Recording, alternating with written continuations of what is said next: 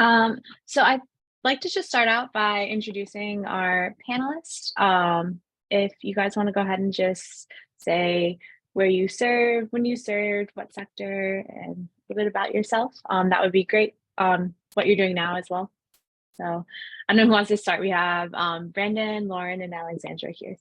So if anyone wants to hop.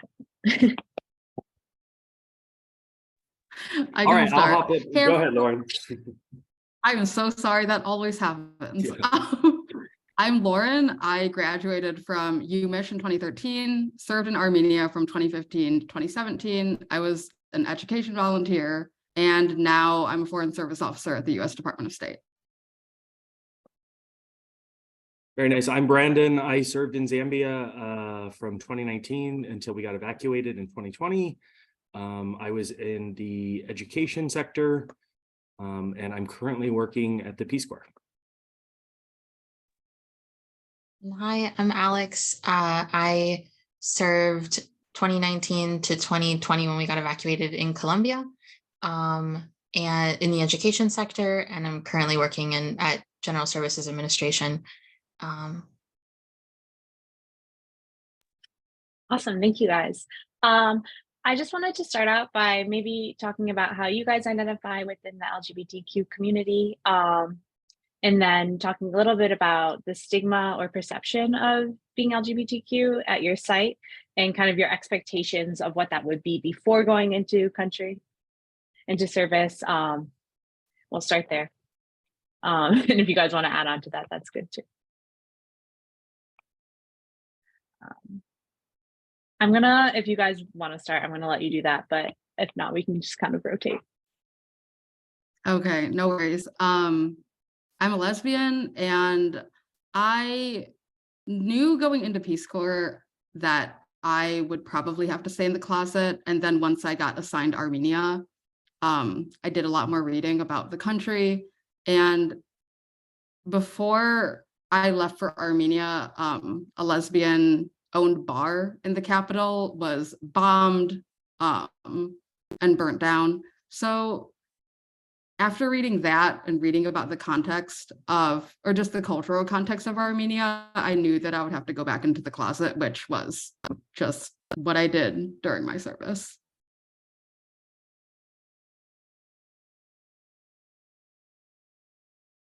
Thanks for sharing, Lauren. I'll jump in. So I identify as gay.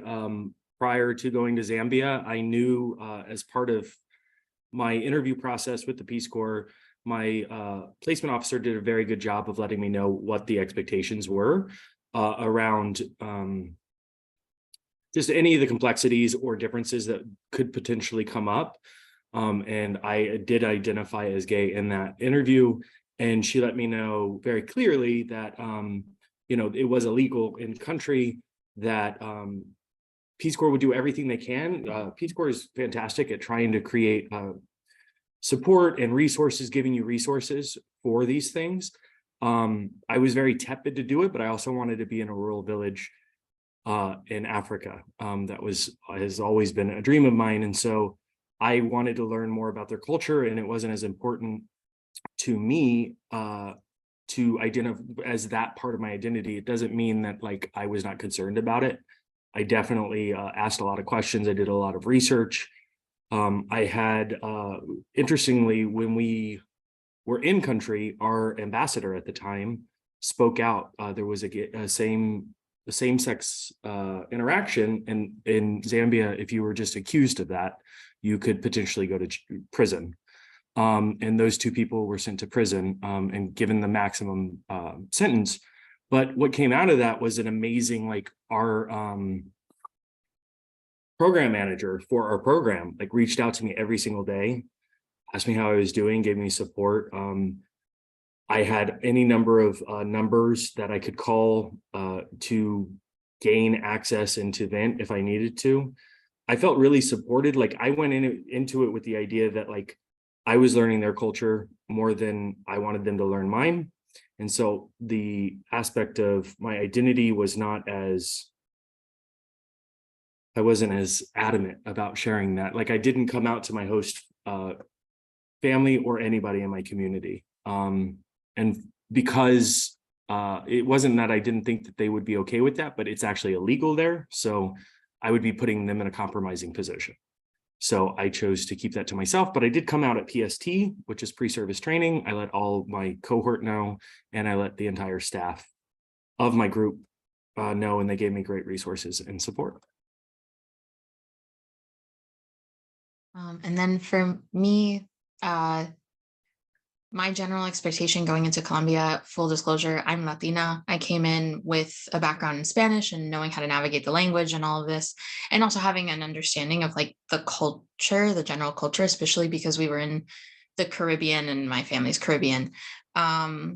So I kind of came in with an expectation that even though I had read about like the legislation that had been passed in Colombia and how progressive the country was on a legal note, I was still very hesitant to like disclose from the get with my family or with my community members. And that was my expectation, was like, I'm like, I know that during service, I'm going to be probably not like withholding this information. And the stigma and the general perception was, interestingly enough, from at least my community, I can't speak to other sites, but specifically my community was comfortable with gay men, but not lesbians. So there was like a lot more of a negative connotation with women being gay. So that was something that I kind of had to figure out on my own. Awesome. Thank you guys so much. And I just want to also add that if anyone has any questions, feel free to raise your hand or put them into the chat as we go along too.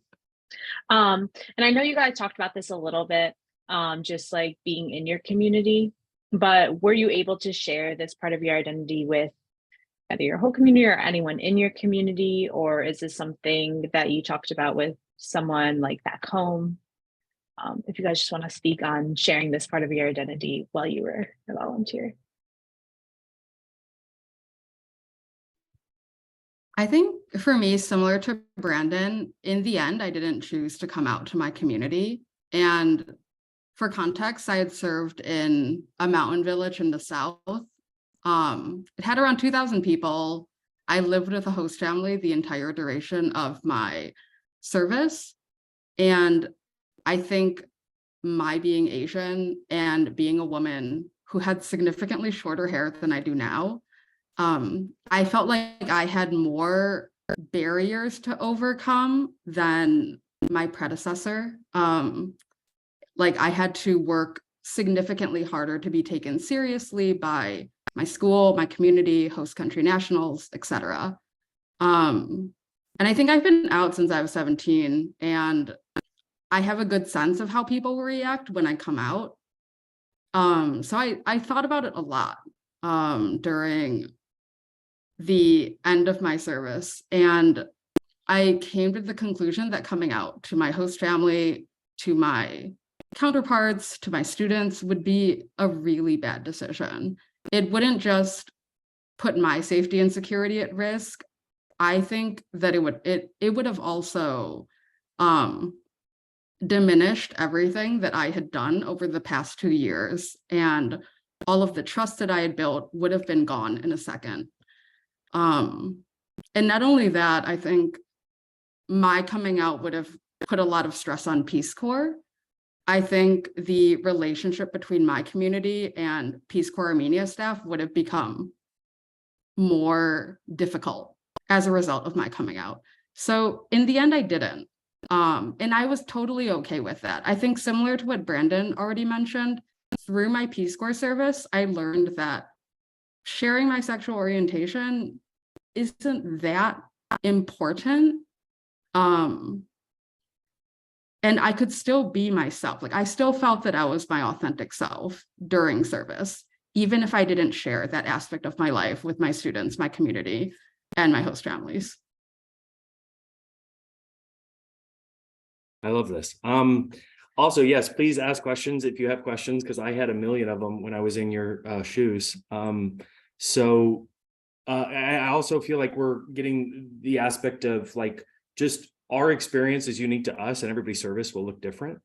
And certain countries are more accepting, and just like certain parts of the United States are more accepting. So I think that's important to note as well. With the question, again, I didn't come out to anybody in my community. I did come out to somebody in my, well, like I said, at PST, I came out. And what was interesting about that is, again, this was, I was thinking I was going to learn culture from, host country nationals only. And I realized how diverse, truly America is. Like, we always say that, but our cohort was very diverse in thought. And I remember when I did come out, I had a fellow trainee come up to me and be like, "Why did you come here? You knew it was illegal." And I thought that was a really interesting thing, because then it became a moment where I got to engage with this person around, okay, well, there's a lot of things around the world that are legal or not legal. Does that mean we should base all of our decisions based on those things? And I was like, gender-based violence happens. We knew that coming into the country. Is that something that we're just going to accept, or do we realize we can make and be the change that we wish to see? And I specifically wanted to be in a culture like that, because I wanted to understand. I wanted to take a back seat and really figure out, well, one, what I was, because gay people are everywhere. And so I knew going into it that I was going to make gay friends, and I did make gay friends in country, even though it was illegal. And I met 4 or 5 people in Zambia who identified as LGBT. And so I think that was also eye-opening to realize that I came from a place where I get to be a lot more open, and then to kind of understand that they don't get to be as open. So that was eye-opening for me. And I was able to share a piece of that with really close people in my community. I chose to come out at some point to a really close friend of mine in the community, who had kind of already shown me that his values and his, ideals lined up with mine, and were a little bit more progressive, and he was very understanding and all this stuff, and he was really chill about it. But I was really lucky. It was actually, in terms of coming out to people during PST, it was one of the first things I did. I got into site and I was trying to find the fellow LGBT people, scanning the crowd or whatever. It was I was introducing myself. Hi, I'm gay. What's your name? But yeah, I was able to find a few people. There was a surprising amount of people within the community in my cohort. So I was able to have, also my site mate was from the community too. And so that was really helpful. And I had kind of an ally in site. And my town had an LGBT foundation and all of this, which I can talk about later in one of the other questions, but that was another place that I tried to find community, but I wasn't really able to. But I was able to share it with one of the closest people that I had at site, and it was okay. And I didn't share with my host family or anybody else. And then after evacuation, I shared it with another person from site that I was really close to and still wanted in my life. So. Awesome. We're kind of going to group the next 2 questions together, because you guys have talked a little bit about the support systems that are available, and whether that's through volunteer support groups or volunteer liaisons between the Peace Corps and volunteers, foundations in your community. But can you guys talk about some of the more formal support and then the more informal support, and kind of where you saw that to be useful, and what aspects you leaned on each of them?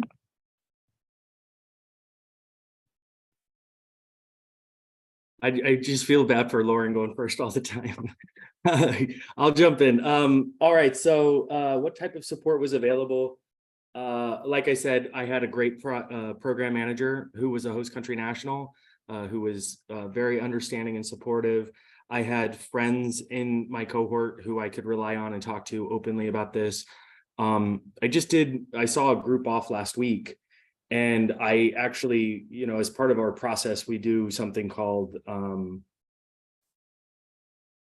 identity mapping. And I actually, put on my identity map that I was, part of the LGBT group, and two invitees or trainees actually came up after and were like, I was going to keep this to myself. But now that you've done this, like, I feel like, and that happened for me as well in our staging, which is 2 days that happens right before you leave to country. Our facilitator actually, was very open with his identity, and that gave me, like, that really helped me understand that I could do the same thing. So I think modeling, also having supportive people in your cohort. And then we also had, I forget the name of it, but there was volunteers who had been in country longer that you could call about anything, but they were trained by Peace Corps in all different sectors of identity and potential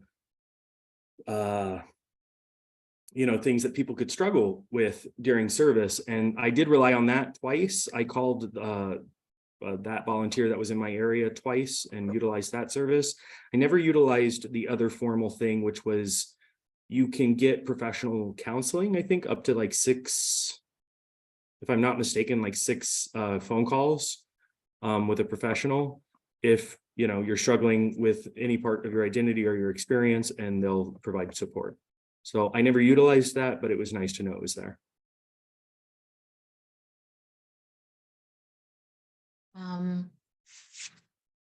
Formal support wise, I know that one of the things that volunteers had kind of passed down during PST, we had a lot of volunteers that came to visit us during that training time. And one of the big things that people stressed to me was, like, other queer volunteers were like, you need to say this in your interview. So at some point, there's an interview that you do that that happens before you get placed at your site. At least that's how it worked for us in Colombia. And we were able to bring up any concerns. It's towards the end of your training. And I mentioned it like 3 times within my interview because I was told you should emphasize this from other volunteers. And that was really helpful because it made a difference in my placement. They try to place people that are open or like that are queer in the LGBTQ community in places that are close to cities because they tend to be a little bit more accepting, at least within Colombia. That was kind of how it functioned. So I got placed in a pretty large town, really close to a city, and it was definitely an easier experience. That was one form of like more formal type of support. Another type of formal support was like my language and culture facilitator, who's the person that's like getting you through your training, going through your language classes, your culture classes, and that kind of stuff, was also gay. And that was really useful because I was able to talk to him about it, and he was open about it. And I was even like able to ask him about the culture surrounding that and how I would find community when I was in service, and ask him those types of questions, which was really, really helpful. And then obviously like the diversity trainings that happen it wasn't necessarily the trainings themselves that were helpful because they were identity mapping and things like that. So like it was helpful in the sense that I got to like, get to know other people within the community, but also the people that were running the trainings were queer volunteers themselves, or people of color. And so that was helpful in getting to know the different experiences that happened within site. And then on the informal side, I had my site mate, like I mentioned, and my friend, like other volunteers that I met during PST, and I made an effort to like make sure that I had that solid network before going into service, because I already knew I was like, I'm going to have to figure out how to cope with this on my own in some ways. So I tried my hardest to find that. Yeah. Yeah, I don't have much to add. I think in Armenia, because the country is basically the size of Maryland, getting to the capital was a lot easier than compared to other countries. So Peace Corps staff, their doors were always open. You could go in, have meetings with them, talk to them. My first country director was a gay man of color, and I found it really helpful to talk to him about his experience in country, and he was also able to share tips and ways that he handled being gay in a country where it's not very looked greatly upon. And yeah, I think aside from that, we had the peer support network, which I think Brandon was alluding to. It's made up of volunteers in your cohort or volunteers in the previous cohort.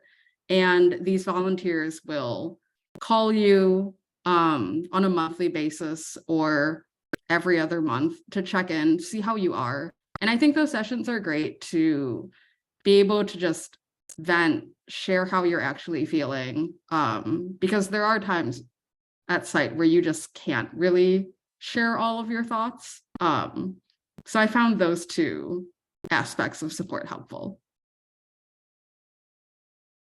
Awesome. Okay, and I apologize, guys, this one's not on the list I sent you, but I was wondering if you could maybe talk about some of the language barrier and how that affected how you express your identity in any way. Really. You have a minute to think about this too. Yeah, so I was one of the worst people in language in my cohort.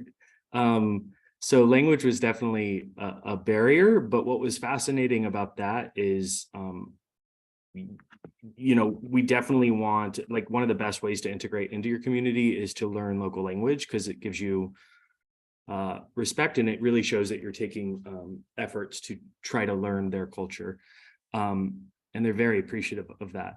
I did have problems with that, but what was funny about that to me was males would hold hands or put their arms around each other and be very close, and you can have, I could have a male friend stay the night and it would be thought of twice, like it was just completely normal, because in my community what I was told was like, it just doesn't come across their minds that like you would be gay.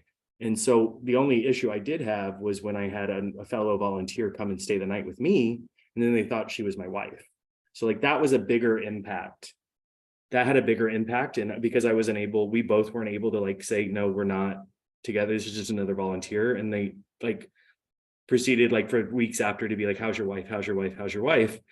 And so I it's interesting that having that kind of language, you're not going to get, the ins and outs. So the Peace Corps does a great job of giving you baseline conversational, but, having in-depth language was definitely a barrier. But I was just surprised by what I thought was going to be an issue wasn't sometimes. And what I didn't think would be an issue was. So just keep that in mind. For context also, Brandon, can you just mention like the language that you spoke? Because I know there's. Yes, Bemba. Mhm. So I was, I think we taught 6 or 7 in PST. So there were a lot of languages, and Bemba was the one I was speaking. But my host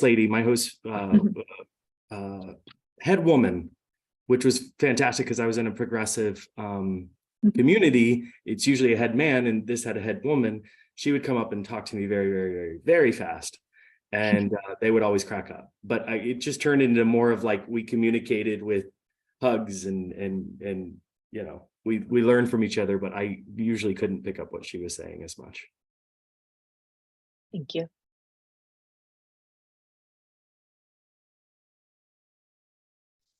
In terms of language barrier and communicating my identity and that kind of thing, or just in general, it wasn't so much like I came in speaking Spanish, but I didn't necessarily know like Colombian slang or Colombian Spanish. So like one of the things that was surprising and not at the same time was the constant use of the word marica, which is like in other contexts a gay slur, but it was used very casually, very loosely as like a bro on a daily basis. So it was like kind of a moment to like pause, and in terms of like language barrier, I was like, what is happening? And like being able to, it took me a while to be able to differentiate between when somebody's saying it in a hostile setting and in like a casual, like it's just everyday conversation and it's thrown in. But I mean, there were instances where it was used in kind of like a call me out kind of fashion. And that was, you have to pay, like I had to like pay attention and listen to the tone and like figure out how to like differentiate between the two. So that's like one of the biggest, I guess, language barrier things, but it was also, I guess, some of the cultural things kind of applied the same as it did with you, Brandon. Like it was things that I didn't realize were going, like I was just trying to make friends with somebody, and then people would have this perception, or like at some point I had this little bit that people would ask me like, oh, do you have a boyfriend? Or like, you're like, they'll be like, oh, you have a, you're going to find a Colombian man. And I'd start singing this one like really popular song about like being single, just to like kind of cut the questions and stuff. So I found ways around different things without having to like flat out say anything.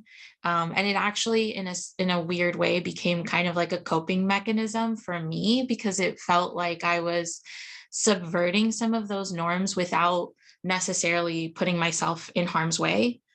And I was able to like that was my way of making peace with it, was like, if I'm not gonna like be able to talk to people about this openly, I'm going to make fun of some of these things that you guys will constantly ask me, or like, poke fun at like myself with these things. So.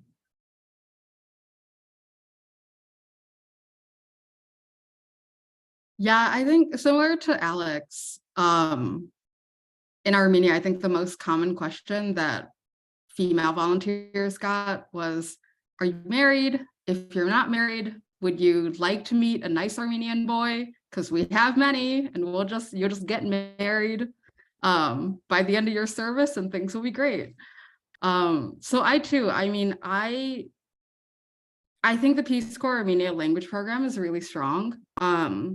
So they teach you a lot of words that you can say like, oh, it's like, I'm not interested, or I just want to focus on my work, etc., whatever. But it just, I don't know, like, I just think that was like how I dealt with it. But I think what was interesting is I'm remembering that there was one day at school where for some reason, some of my students were talking about LGBTQ couples and how they thought it was weird, it was strange, it was not allowed. And I think knowing Armenian first let me understand what they were talking about. And then it let me ask them, like, why do you think that? Tell me more. And I never shared my own opinions during that conversation because it wasn't really my place to do that. But I wanted them to think a little bit more about, well, why do you think it's strange if two people of the same gender love each other? So I think that created a lot more interesting discussion having known the language, but it's all I got for this question. And I'm sorry if this is a dumb question, but can you remind us of what language you spoke as well? Was this for me? Yeah. Yeah, they teach us Eastern Armenian, which is what people in Armenia speak. But at the University of Michigan, they have a class for diaspora where they teach Western, and that's what they speak outside of Armenia. So it's very different. Thank you. I was wondering if you guys could tell us first about some of the most challenging parts of your service as an LGBTQ volunteer. We'll go into rewarding after, but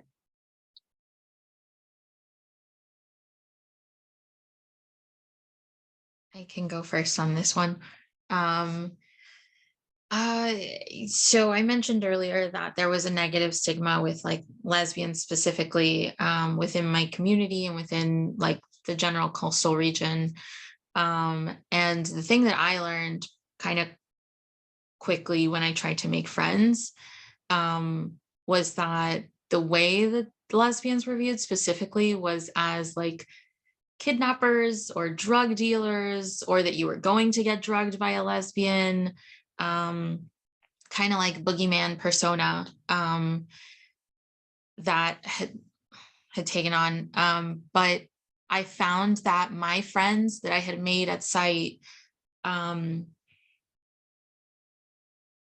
would block me from finding people or finding other friends or community for my safety, to try to like keep me, keep me safe. And like it was well intentioned, but it was like very much like frantic texts the next morning, like, are you safe? And that kind of thing, which made it hard to be able to connect with other people sometimes, even just like generally other people. Like when I was around like I was in a dance group, and so when I was around that dance group, they were always looking out for me and I really appreciated it. But there were times when like other people from the community were invited and stuff, and I was just generally talking to people and they would be like, no, you can't talk to them, like. And I think that was kind of the shock of the stigma, and like knowing that it was that aggressive. And it wasn't just like oh, this is wrong. It's like you are in physical danger if you're around these people. Was one of the challenging aspects of service, I would say, as specifically as, person in the queer community. Yeah.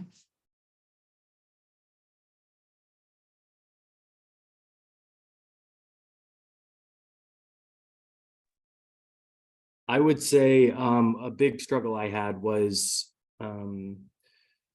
we did a lot of work in our pre-service training to talk about gender roles and really trying to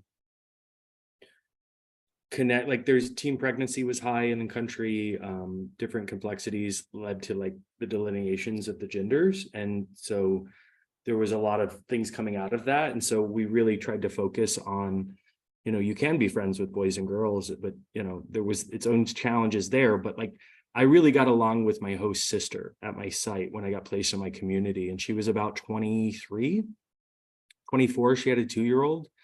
But I really enjoyed her as a person. And so I would do things like cook, which was very weird to Zambians, with the women, and I would play with the kids, and I would I eventually asked, for the ladies to eat with us, because culturally that was another thing that we would be separated. And that was one of those, you learn in Peace Corps what you want to like try to influence and what you don't, and what isn't influenceable. And so the one request I made in the first 2 months of my service when I was at site was that we eat together, because it just felt weird to me. And so I didn't push anything further than that, but eventually I think what came across was like I was interested in her romantically. So I had to get very careful with how I navigated that, because I didn't want to give the wrong impression to her as well. And to my host family, who was like, he's gonna marry our daughter. And so navigating that was difficult, because I did genuinely enjoy, getting to know her and doing things with her, but just cultural differences implied that like I had to monitor how much time I was spending, and whether or not, I tried to make a point to not have us be alone eventually, just because I didn't want anything to be misconstrued. Or that's one of the other mitigating things we learn in the Peace Corps, is how to, make sure that we're being respectful. And yeah, that was definitely a challenge for me. Also, just seeing a lot of people date in the Peace Corps, I would say was a challenge for me as well. Just realizing like I didn't have the same pool of people. Not that really anyone, we only had 6 guys out of I think 32 or 33. So it was limited, but it was a situation where, yes, it's okay to put your identity on hold, but it's like, it's a part of who you are. So like wanting to explore and date people is still going to be there. But I just would only allow myself to even consider that, or see people when I was in the Capitol, which was 15 hours away. But again, that's one thing I was happy to do because I knew why I was there. I was going to the Peace Corps to, not so much be a gay individual, but to, hopefully learn more about other people. Yeah, I think the biggest challenge that I had was just how isolating it can feel being the only queer woman throughout the entire duration of my service. And I think it's what Brandon alluded to. I think it's just really hard when you don't have a strong queer community that you can lean on, talk to really honestly about the frustrations that you're having. And then on the other hand, seeing your friends in the United States getting engaged, adopting children, etc., like feeling as though they're living their true and authentic lives while you're just sitting there in a developing country, just staying in the closet. But I think how I dealt with that is I also reminded myself why I joined the Peace Corps in the first place. And it wasn't to find the love of my life. Like, I genuinely wanted to do good work. I wanted to go to a very different culture from the United States and to see how that was. And I think focusing on that and then making really good friends with other Peace Corps volunteers really helped me through that.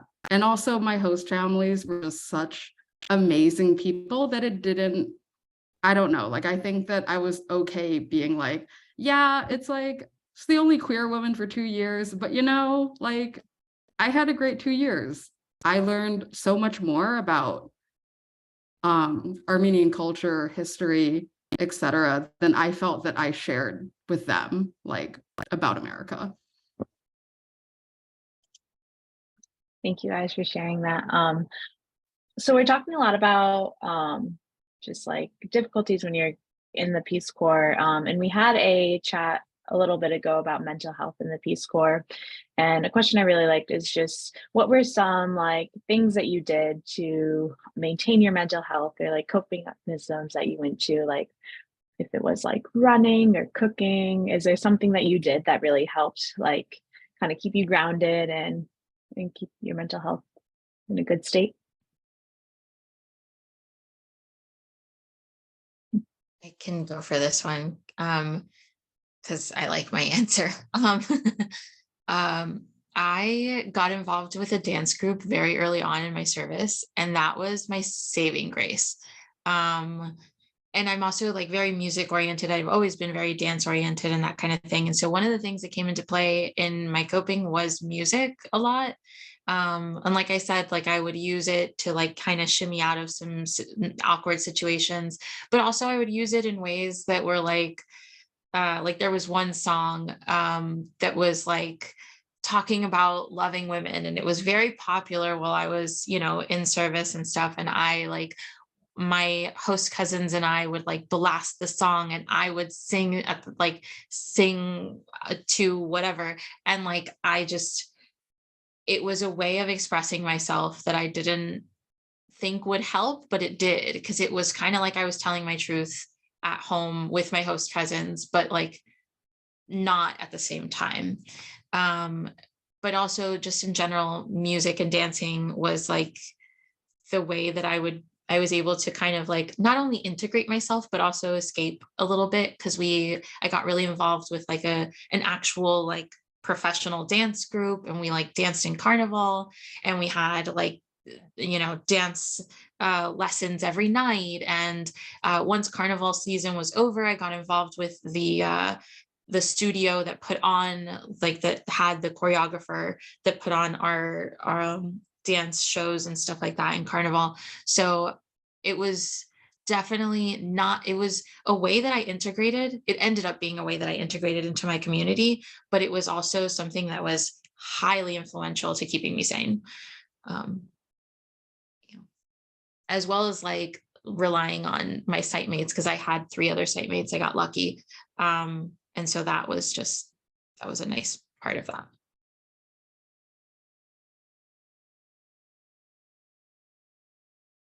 Armenia was small enough where it was easy to plan like a weekend hike with another volunteer and like just hike some mountains, which was really great. A lot of my friends went running. I did not, because running in the mountains is just really hard. I think I drew a lot. I also cooked so much with my host family, and yeah, I think that's what really kept me sane. Yeah, I would say I did ask, I missed this earlier, but I got close to 3 people in PST, and I knew which region based on what they were speaking, the language they were learning, and I asked to be placed with them so I would have additional support. And they were fantastic. So I definitely made friends in the cohort. I got a bunny, which I know sounds crazy, but like it's something that absolutely helped with my mental health. Like it was so nice to have this like creature that just I could pet and feed and like love on. And that was a cultural thing. Like I was like, this is not food, this is a pet, which is something they thought I was crazy for. But that's okay. I also played games. Like I tried to do a really good job of trying to like stay active with. So what was great about my site is like from the time I woke up to the time I went to sleep, I had kids outside my house.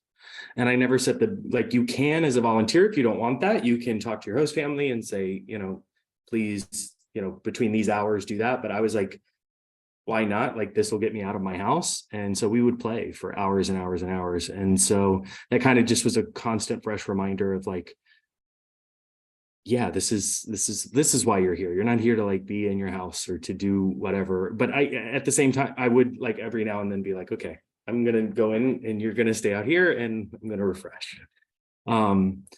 But yeah, just, I got really fortunate. I loved my community. I really loved my host family. So it wasn't, the language was the biggest challenge for me.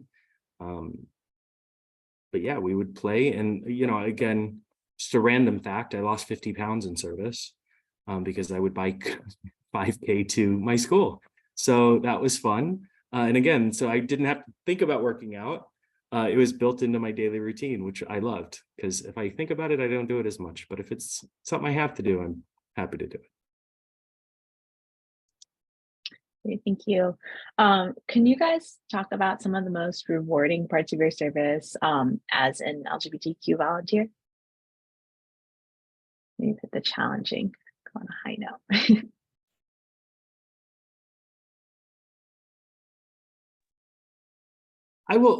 I'll say just not as an LGBT, because it's not like, again, I wasn't specifically like I'm, gay. So this is, you're,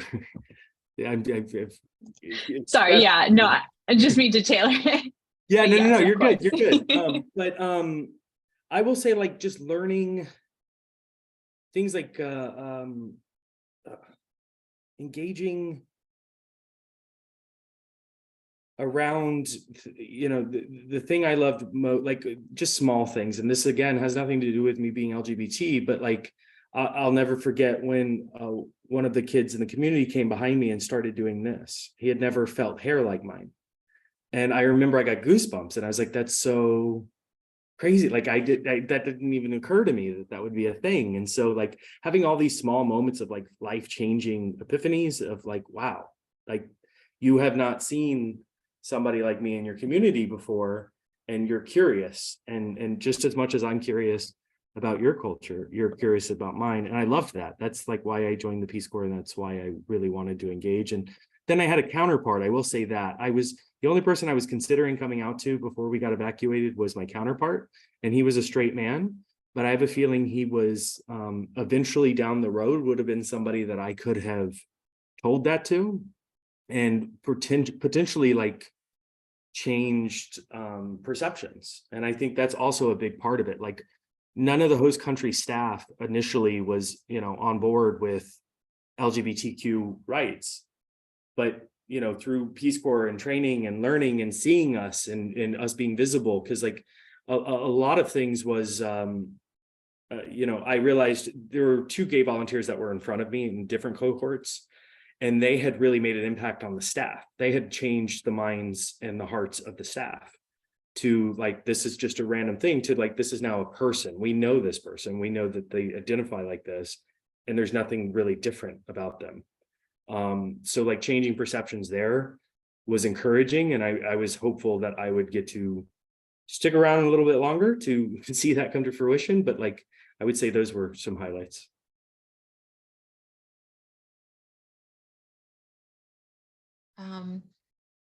Rewarding things like generally for my service were, definitely that dance group. My host family was incredible, and I had an amazing, there's a lot of parts that were really rewarding. As many challenges there was also as many rewarding things. But specific to like, I guess the experience of like somebody that's part of the queer community, I would say like one of the rewarding things that happened for me was that I left Columbia with I came into Columbia with like a less defiant perspective of my identity, and one that was like slightly meek and just like, yeah, this is just a part of me, and like I'm just going to go around and not necessarily announce it to people. But when I came back, I was definitely a little bit more of that. Nah, I'm going to find my people. I'm going to find my queer community in the States, and like, wherever it is that I go next, and like, make sure that people understand this, especially after hearing, I had a similar, I know that experience to you, Brendan, in the sense that like, I know that the reason that the Colombian staff were not necessarily as open, but like just more capable of supporting queer volunteers was because of the queer volunteers that had been before me, and had learned and had spoken out and been an advocate for themselves. It was one of the reasons that I actually just found this out like a few hours ago. It was one of the reasons that like we had volunteers telling us, say it during your interview, like tell them that you need to be placed in a place that's a little bit close to a city during your interview, and tell them why, because they've had this experience before and someone stood up for themselves, someone advocated, and that led to them changing their minds on things. So it was really rewarding to come back and know that I was a little bit more defiant in my identity and a little bit more capable of standing up for myself and being like, no, I'm not going to tolerate this like kind of treatment or anything like that. And I'm going to do the things that I need to do in order to like speak my truth, tell my truth, and live it too. That's one. And then the other one, which is kind of a silly and very corny thing, but I met my partner in Peace Corps. That's actually how I learned about this thing a couple hours ago, because we were talking about these questions, and they told me that, that this is why. But yeah, I met my partner in Peace Corps. I'm there's a very high statistic of people that meet their spouses, and I will be one of them soon. So yeah. I love that. It's so hard to follow. I think there were so many rewarding experiences there in Peace Corps. I think what I really loved the most was just the being part of projects that were requested by the host community. So many host communities would tell us like, hey, we can't host a volunteer. Or, I mean, many communities in Armenia would say that they can't host volunteers because of just how difficult some of the conditions were. So they may not have had running water, etc. So as part of one of these projects, Peace Corps volunteers would hike across Armenia for 3 weeks and teach in like 40 different communities along various routes. And it was just so great to be able to respond to what these communities wanted and to see how many people turned out. And I think I just loved chaperoning my students to opportunities that they wouldn't have otherwise participated in. So we had a lot of English speaking competitions in Armenia, and many of these students are really good at English, but they don't participate in these. They don't participate in these contests because they don't have enough money to get to the sites, and two, they just don't know about it. So I had a lot of really meaningful conversations with my students in, these like old buses in Armenia, and them telling me like how terrified they were to speak English in front of a crowd that they had never, in front of people that they had never seen. But it ended up being a really great experience. And again, yeah, I had a great host family. I loved my Peace Corps service. There were moments that were difficult, but I think overall, like, I would do it again if I could. Great. And before we move on to our last question, do you guys have any questions that you want to pose to the panelists? If not, we can always send them to them afterwards as well. All right, then if you have one, feel free to put it in the chat too. But to finish it off, do you guys have anything you wish you knew before joining the Peace Corps as a member of the LGBT community? Or what advice would you give someone from the LGBT community looking to join the Peace Corps?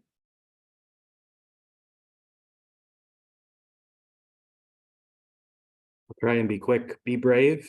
Realize it's not about you, but realize you're going to show up as yourself everywhere you go.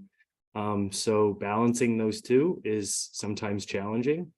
I was a big advocate of like, no, this is who I am, but I had to relinquish some of that when I went into service. And to me, that wasn't relinquishing my agency. It was more just saying, I respect your culture enough to not, try to push anything that you wouldn't necessarily, because anyway, I would say be brave, do your research, also tell people that throughout the process, like other people have shared, that, you do identify, if you feel comfortable doing that. If not, try to do your own research online and see which countries are more, we do go to countries that are a little more accepting of the LGBTQ community. So if that's something you feel like is you're going to really struggle with, and you are able to apply to one of the countries that are more accepting, that's one thing. But I also think there's a lot to be said for, changing hearts and minds of people who maybe have a different view than what we have. So that would be my advice. I would say definitely apply. The application process is so much more streamlined. I think I finished it in like less than a day, and your recruiters would know more, but there are countries where you can serve with your partner if you are in a same-sex marriage or same-sex partnership. So that's just something I'm throwing out there. My biggest piece of advice is learn which battles you want to pick, because you're going to probably be bombarded with a lot of microaggressions, a lot of things that make you very uncomfortable. And once you set your boundaries, you'll be able to handle those issues much better, and you won't be agonizing over every little thing. Like, should I have said something about this? Or like, should I have fought this person on like how I'm really an American? Like, setting those boundaries makes your life so much better. I would definitely agree with that. and picking those battles is definitely really important. My advice would be to find the people that you have like that you can build community with on the internal side, on the Peace Corps staff and the trainees and other volunteers and stuff, and try to find them early. Like identify the people that you can go to as allies, and obviously there's built-in support with like the peer support network and stuff like that. But finding the people that you feel like you can trust, and building those relationships from the get-go is key, I think, in a lot of ways. I have like, I don't know if this is an okay thing to share, but like I would suggest not trying to find community within your community, like not trying to find that queer space that you want to go to and be able to escape to within your town. And instead going to the city or finding it elsewhere. I tried, right, to like go to that LGBT foundation and things like that, and it kind of like backfired on me a little bit. So I would definitely advise to like try to find your people and keep that separate from the work that you're doing and the things that you're, trying to accomplish. And then also be careful with the dating apps, because they can sometimes out you, depending on what you do with them. I had mine clean profile, like just very practical advice. I kept it clean profile, nothing on it. So if anybody came up to me like, oh, I saw you, like, that's really weird. Why did you, pop up? I don't know. Sometimes they have like, the mistakes that happen that you just, whatever.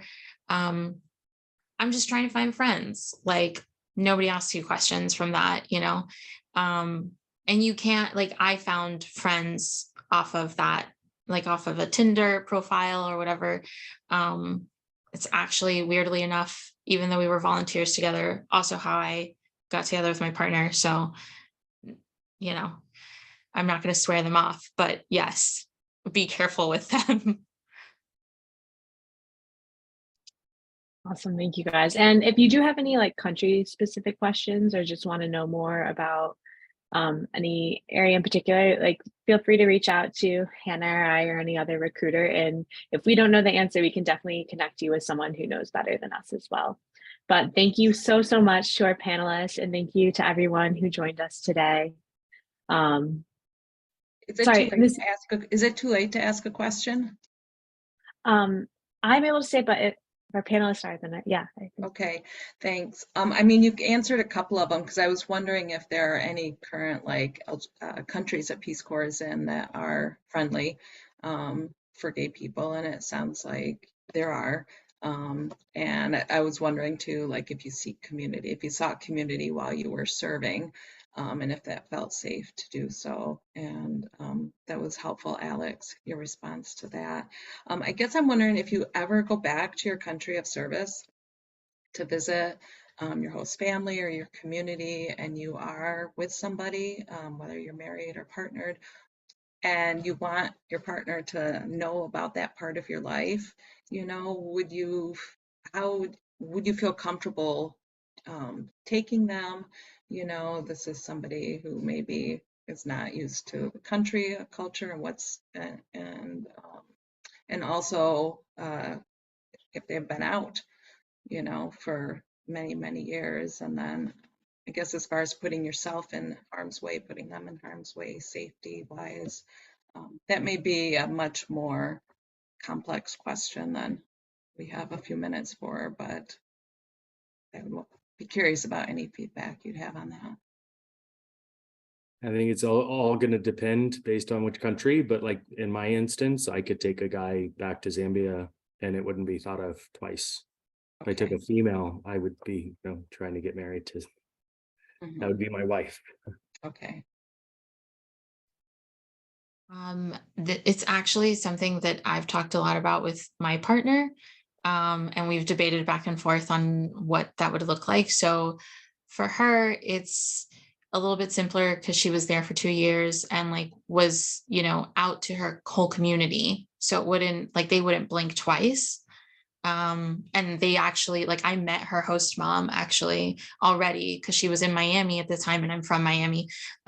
So like I met her host aunt and like we, were able to like, just be normal and they ask about me and all of that stuff. So that was really, really nice. And you might find that you're in an interesting situation like that, where like once they learned that she was queer, it was very much like the question flipped from, oh, so when's the boyfriend coming along, to like, when are you going to get a girlfriend? Now they're like asking me like, when's the ring coming? Like, what's going on?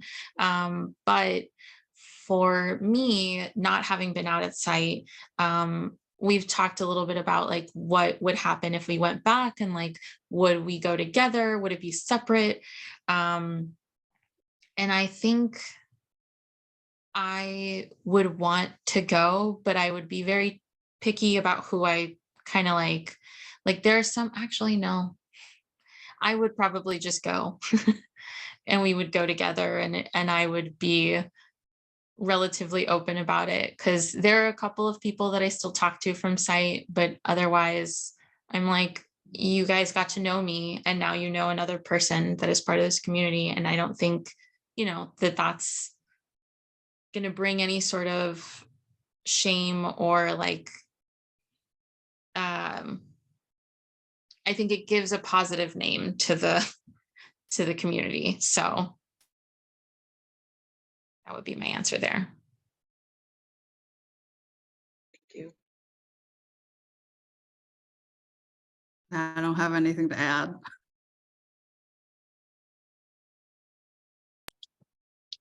So do we have any other questions before we sign off?